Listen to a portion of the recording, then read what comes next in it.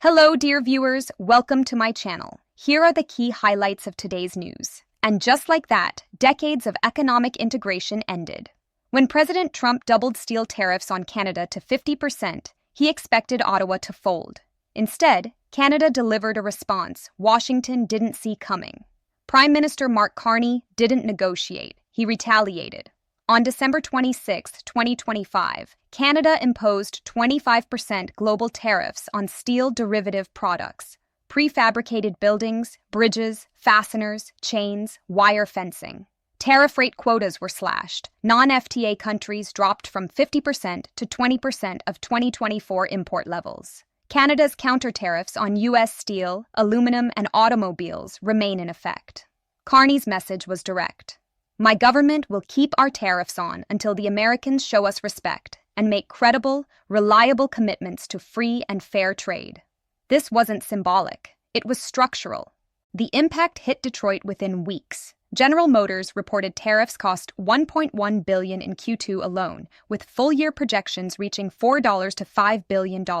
Ford absorbed $800 million in a single quarter. Stellantis warned of $1.5 billion in annual tariff damage. Canada supplies roughly 50% of U.S. aluminum imports and 20% of its steel. When that supply chain tightened, prices surged overnight. Steel tariffs alone added approximately $400 per vehicle in manufacturing costs. For some models, the total tariff burden exceeds $10,000 per car, and those costs are reaching consumers. The average new vehicle transaction price now sits at $48,641. Detroit's vulnerability is rooted in integration. The North American auto supply chain is highly integrated. The industry's own term. Parts cross borders multiple times during manufacturing. That efficiency works until it doesn't. GM cut 750 workers at its Oshawa plant. Stellantis alternates between production and shutdowns at Windsor. Brampton retooling paused indefinitely. Unifor's national president called it plainly, the carnage is building up.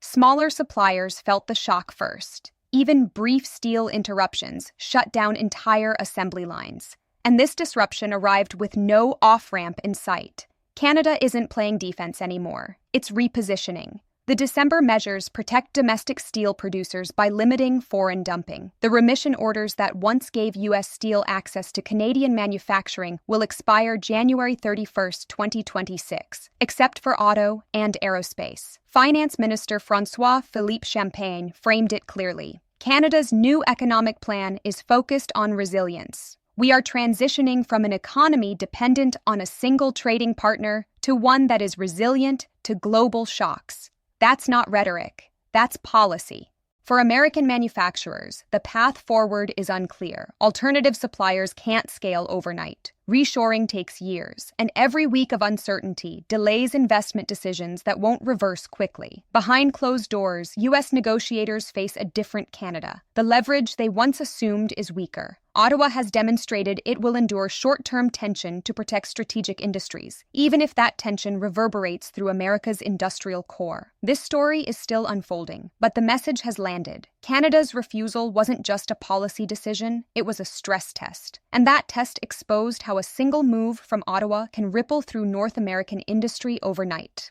If this is the new tone of U.S.-Canada economic relations, the next phase won't be quiet. It will be strategic, contested, and far more unpredictable than before. This is my personal viewpoint and perspective. If this breakdown changed how you see North American trade, subscribe and turn on notifications. Drop a comment. Can Detroit adapt fast enough, or is this the beginning of a longer decline?